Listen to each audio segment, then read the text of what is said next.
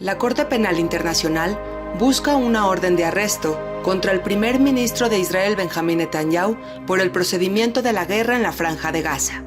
Y por otro lado, el presidente de Irán, Ibrahim Raisi, muere en un accidente de helicóptero. ¿Afectan estos acontecimientos el transcurso de la guerra? Esta y otras preguntas responde en entrevista para Enlace Judío el especialista Esdras Shabot.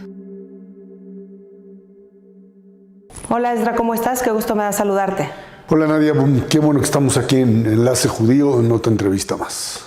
Una entrevista que es muy diferente a las demás porque hay tantos temas que abordar y todos tan urgentes, Esdras. Iniciemos con que la Corte Internacional de Justicia en La Haya está girando una orden de arresto contra Benjamín Netanyahu. ¿Cuál es la razón? ¿De qué se le está acusando? Mira, esta Corte Internacional de Justicia es un instrumento que, pues, digamos, aparece ligado más que nada a cosas políticas, a formas de presión sobre aquellos que carecen de apoyo, digamos, político en muchas partes del mundo. Es decir, es una especie como de mecanismo de, más que de impartir justicia o de demostrar que se cometió un acto ilícito, termina convirtiéndose en una especie de negociación entre distintos grupos de poder, o sea, los rusos por un lado, los chinos por otro lado, etcétera, etcétera. Estamos hablando de una corte internacional que no tiene mucha capacidad real de pues hacer válido este tipo de planteamientos. Acusan tanto al propio primer ministro israelí, Benjamín Netanyahu, como al ministro de Defensa, Yoav Gallant, de haber cometido crímenes de guerra en Gaza. O sea, y de ahí se van hacia un montón de acusaciones. Y lo más grave es que los ponen en el mismo nivel que Yahya Sinwar, o sea, que Hamas, que los liderazgos de Hamas en general. En un intento de decir, bueno, pues es que en ese conflicto todos son culpables. Al decir todos son culpables, pues simple y sencillamente lo que están haciendo es eximiendo a Hamas de la propia responsabilidad, uno, de los hechos del 7 de octubre del año pasado, donde fueron, no digamos a un ataque militar, fueron a un intento de exterminar, como lo hicieron, población civil, un pogrom como tal, una matanza de judíos sin distinción alguna. Y bueno, pues sí, obviamente lo equiparan a la reacción del propio gobierno israelí, que si los van a detener no tienen ninguna posibilidad. Incluso ya ha habido una condena por parte del gobierno norteamericano de este tipo de decisiones, que lo único que hacen, dice el propio Biden, pues es complicar una posible negociación. La verdad es que estamos en un escenario cada vez más complicado, cada vez más difícil de manejar, y este tipo de acciones por parte de instrumentos políticos que realmente no ayudan en nada, porque no llevan a criminales de guerra realmente a juicio, sino forman parte de una negociación. Esta Corte Internacional de La Haya no ha hecho absolutamente nada en el caso de la invasión rusa a Ucrania, en donde se han cometido, por supuesto, actos masivos de ataque a población civil, por no llamarlos de otra manera. Pero esto nos lleva básicamente a la discusión con respecto al tema genocidio, y creo que esto es importante plantearlo. A ver, se acusa básicamente tanto Netanyahu como de querer llevar a cabo un genocidio. Un genocidio es el exterminio sistemático de un pueblo. Cuando estamos hablando de que alrededor de 30,000 personas han muerto en Gaza, de los cuales alrededor entre 10 y 15 son lo que le llaman combatientes, o sea, terroristas armados. Entonces, de una población de más de 1 millón o 2 millones de habitantes más bien, pues estarías pensando que esto no se trata de una guerra, sí, en un espacio con población civil que está metida en espacios muy limitados, pero que definitivamente no tiene que ver con un intento sistemático israelí de exterminarlo. Por el otro lado, lo que Hamas hizo el 7 de octubre, lo que hace Hezbollah en el norte, no es atacar bases militares israelíes, también las ataca por supuesto, pero allí hay una intención clara, que es la de exterminar acabar con el Estado de Israel. Este es el punto central del conflicto en el Medio Oriente. Hemos regresado a 1948. ¿Por qué? Porque en 1948 lo que los judíos planteaban ahí era la necesidad de un Estado, la posibilidad de un Estado judío, y los países árabes no estaban por la creación de un Estado palestino. Cada uno quería quedarse con esa parte, tanto Siria como Jordania como Egipto, que de hecho lo hicieron cuando se anexaron Jordania, lo que era el reino de Transjordania, se anexa Judea y Samaria o Cisjordania, e incluso Egipto se queda con Gaza. Lo que querían hacer era básicamente impedir la creación de un Estado judío, que es precisamente a lo que estamos llegando hoy. No a una discusión sobre los límites de un posible Estado palestino, sino a la necesidad, from the river to the sea, del río al mar, de acabar y destruir al Estado de Israel. Que por supuesto esa será una gran interrogante en el futuro. ¿Qué sucederá con la Franja de Gaza? ¿Quién la gobernará? Hay diferentes planes, pero la verdad es que ninguno es sencillo de implementar. Pasemos ahora a Irán, porque tuvimos un accidente que provocó la muerte de Ibrahim Raisi, el presidente de Irán. El carnicero de Teherán le decía, uno de los hombres más poderosos, el que iba a sustituir a Ali Khamenei en algún momento, el gran ayatollah, el gran líder, y de repente pues resulta que él y otros personajes de ahí del gobierno se estrellan en un helicóptero y terminan siendo, terminan muriendo. Y ahora el interrogante es que eso ¿qué es lo que provoca? Lo que va a provocar es una lucha interna por la sucesión, sin duda alguna. Estamos hablando de un Irán en donde empezamos a ver ya desde hace tiempo un rechazo a este modelo totalitario islámico, en donde ha habido incluso reacciones a la muerte, cuando se dijo que se había caído el helicóptero, de repente empiezan a tirar cohetes y como festejo. O sea, hay una parte de la población iraní que no está de acuerdo con este modelo de persecución interna, de violación a derechos de las mujeres y de convertir finalmente a cada uno de los seres humanos en una parte de una masa que no tiene capacidad y voluntad propia más que someterse al Estado como tal. Es un modelo de totalitarismo islámico, al igual que lo tuvimos durante el nazismo y otros fascismos que se armaron. Es decir, esta es la muerte de un dirigente, suponemos que es un accidente, hasta ahí llegamos, pero lo que se desata ahora es una lucha entre distintas corrientes. ¿Cuáles son estas? Algunas que tratan de encontrar algún tipo de acercamiento hacia Occidente y otras, al contrario, que tratan de radicalizar, como lo había hecho el propio presidente fallecido, que había tratado de generar una mayor confrontación con Occidente en general, con los Estados Unidos. Frente a Israel es la misma posición. Irán simple y sencillamente está, y lo hizo patente cuando lanzó sus ataques sobre Israel, está en esta línea que mencionamos en la pregunta anterior, que es la necesaria destrucción del Estado de Israel como condición para poder, digamos, resolver, entre comillas, el conflicto, que no se trata de otra cosa más que de, otra vez, pues buscar un modelo de exterminio para el pueblo judío. Claro, ahora la muerte de Ibrahim no tiene por qué modificar nada en el aspecto de que puede subir a alguien a su puesto de la misma índole, con las mismas características, y las condiciones entre Israel e Irán podrían no cambiar o incluso podrían empeorar todavía. Así es. Ahora, Esdra, el secreto a voces, o lo que todo el mundo se pregunta en silencio, pero nadie se atreve a decir en voz alta, es si realmente esto fue un accidente. No lo sabemos, no lo podemos, ni lo vamos a saber nunca.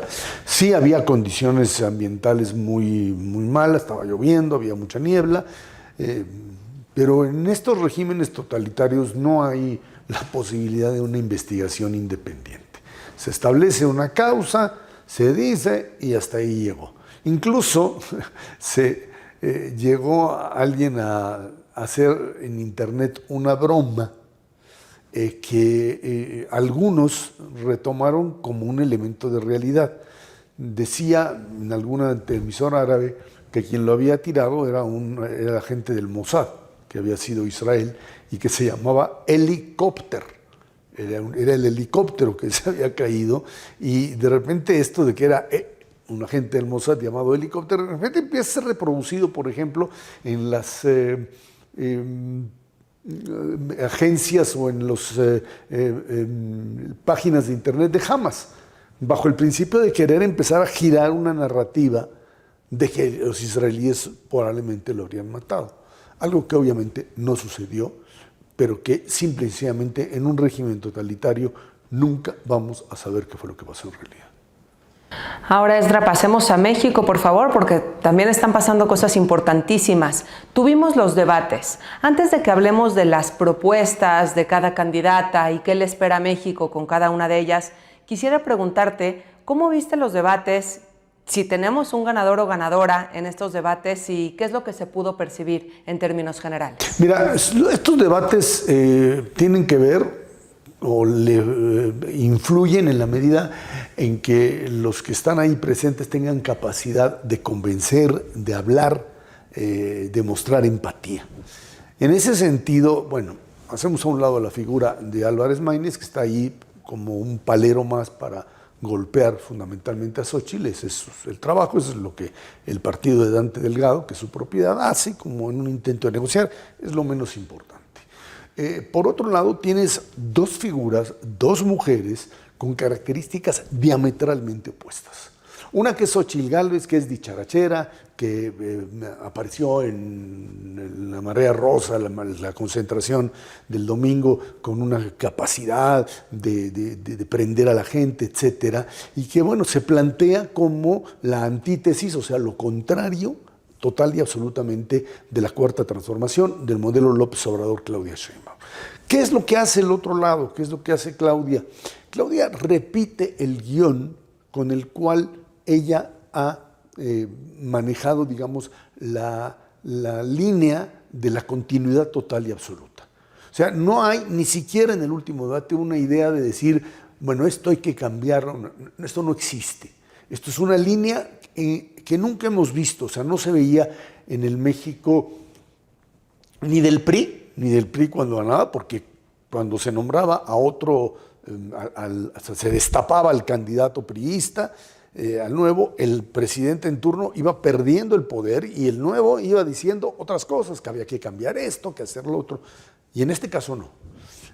No es que no haya una, digamos, figura con una capacidad retórica que pueda hacer prender a la gente, ni siquiera, digamos, dentro de un debate.